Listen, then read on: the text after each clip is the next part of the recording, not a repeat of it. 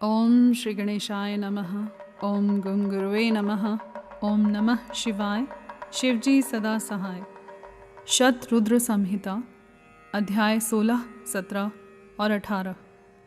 शिवजी के महाकाल आदि 10 अवतारों का तथा 11 रुद्र अवतारों का वर्णन।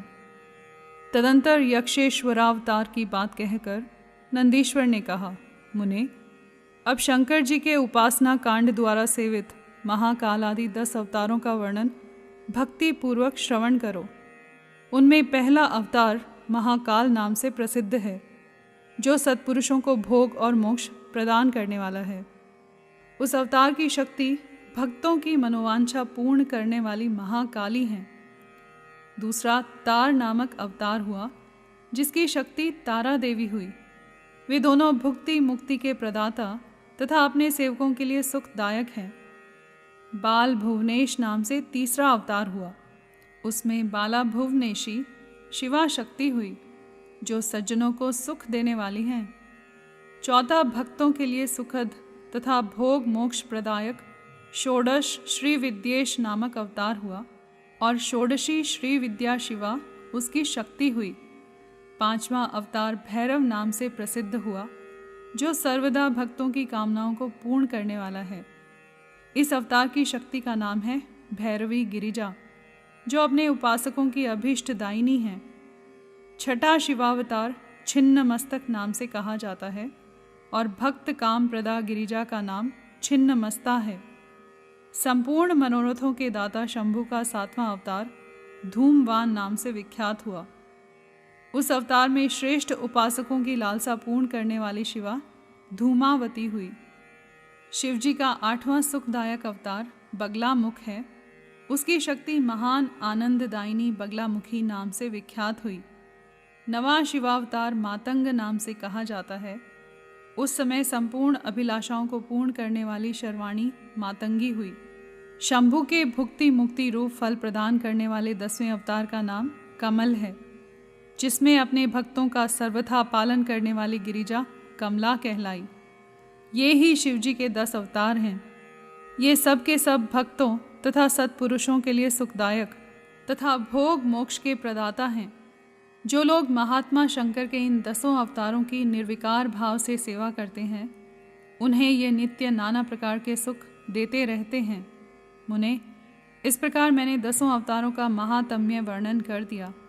तंत्र शास्त्र में तो यह सर्व काम प्रद बतलाया गया है। मुने, इन शक्तियों की भी अद्भुत महिमा है। तंत्र आदि शास्त्रों में इस महिमा का सर्व काम प्रद रूप से वर्णन किया गया है। ये नित्य दुष्टों को दंड देने वाली और ब्रह्म तेज की विशेष रूप से वृद्धि करने वाली हैं। ब्राह्मण, इस प्रकार मैंने तुमसे महेश्वर के महाकाल आदि 10 शुभ अवतारों का शक्ति सहित वर्णन कर दिया। जो मनुष्य समस्त शिव पर्वों के अवसर पर इस परम पावन कथा का भक्ति पूर्वक पाठ करता है, वह शिवजी का परम प्यारा हो जाता है। इस आख्यान का पाठ करने से ब्राह्मण के ब्रह्म तेज की वृद्धि होती है, क्षत्रिय विजय लाभ करता है, वैश्य धनपति हो जाता है और शूद्र को सुख की प्राप्ति होती है। स्वधर्म परायण शिव भक्तों को यह चरित सुनने से सुख प्राप्त होता है और उनकी शिव भक्ति विशेष रूप से बढ़ जाती है। मुने, अब मैं शंकर जी के एकादश श्रेष्ठ अवतारों का वर्णन करता हूँ, सुनो। उन्हें श्रवण करने से असत्यादिज नित बाधा पीड़ा नहीं पहुँचा सकती। पूर्व काल की बात है, एक बार इंद्र आदि समस्त देवता दैत्यों से पराजित हो गए। तब वे भयभीत हो अपनी पूरी अमरावती को छोड़कर भाग खड़े हुए। यों दैत्यों द्वारा अत्यंत पीड़ित हुए वे सभी देवता कश्यप जी के पास गए। वहाँ उन्होंने परम व्याकुलतापूर्वक हाथ जोड़ एवं मस्तक झुकाकर उनके चरणों में अभिवादन किया और उनका भली भांति स्तवन करके आदर पूर्वक अपने आने का कारण प्रकट किया। साथ ही दैत्यों द्वारा पराजित होने से उत्पन्न हुए अपने सारे दुखों को कह सुनाया।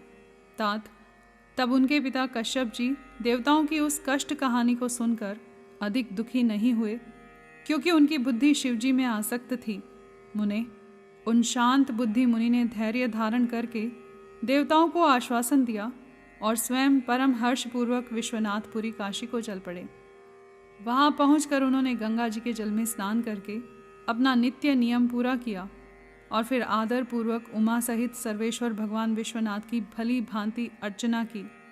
तदंतर शंभु दर्शन के उद्देश्य से एक शिवलिंग की स्थापना करके वे देवताओं के हितार्थ परम प्रसन्नता पूर्वक घोर तप करने लगे।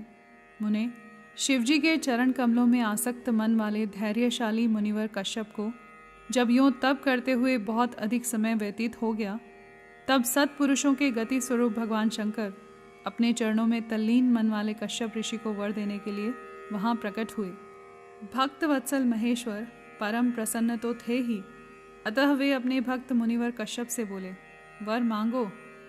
उन महेश्वर को देखते ही प्रसन्न बुद्धि वाले देवताओं के पिता कश्यप जी हर्षमग्न हो गए और हाथ जोड़कर उनके चरणों में नमस्कार करके स्तुति करते हुए यूं बोले, महेश्वर, मैं सर्वथा आपका शरणागत हूँ। स्वामिन, देवताओं के दुख का विनाश करके मेरी अभिलाषा पूर्ण कीजिए। देवेश, मैं पुत्रों के दुख से विशेष दुखी हूँ, अतः ईश मुझे सुखी कीजिए, क्योंकि आप देवताओं के सहायक हैं।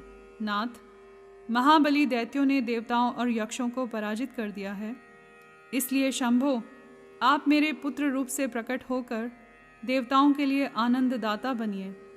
नंदीश्वर जी कहते हैं, मुने, कश्यप जी के ऐसा कहने पर सर्वेश्वर भगवान शंकर उनसे तथेति, ऐसा ही होगा, यूं कहकर उनके सामने वहीं अंतर्धान हो गए।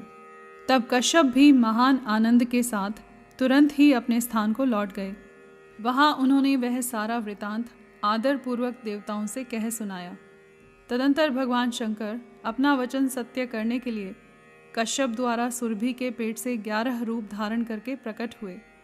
उस समय महान उत्सव मनाया गया, सारा जगत शिवमय हो गया। कश्यप मुनि के साथ साथ सभी देवता हर्ष विभोर हो गए। उनके नाम रखे गए कपाली, पिंगल, भीम, विरूपाक्ष, विलोहित, शास्ता, अजपाद, अहिर्बुध्य, शंभु, चंड तथा भव। ये 11 रुद्र सुरभि के पुत्र कहलाते हैं। ये सुख के आवास स्थान हैं तथा देवताओं की कार्य सिद्धि के लिए शिव रूप से उत्पन्न हुए हैं। ये कश्यप नंदन वीरवर रुद्र महान बल पराक्रम संपन्न थे। इन्होंने संग्राम में देवताओं की सहायता करके दैत्यों का संहार कर डाला। इन्हीं रुद्रों की कृपा से इंद्र आदि देवगण दैत्यों को जीतकर निर्भय हो गए। उनका मन स्वस्थ हो गया और वे अपना अपना राज्यकार संभालने लगे। आज भी शिव स्वरूपधारी वे सभी महारुद्र देवताओं की रक्षा के लिए सदा स्वर्ग में विराजमान रहते हैं। तात, इस प्रकार मैंने तुमसे शंकर जी के 11 रुद्र अवतारों का वर्णन कर दिया। ये सभी समस्त लोगों के लिए सुखदायक है। यह निर्मल आख्यान संपूर्ण पापों का विनाशक, धन, यश और आयु का प्रदाता तथा संपूर्ण मनोरथों को पूर्ण करने वाला है। यहाँ पर अध्याय 16, 17 और 18 संपूर्ण हुए। कर्पूर गौरम करुणावतारम संसार सारम भुजगेंद्रहारम सदा वसंतम हृदयारविंदे भवम भवानी सहितम नमामि।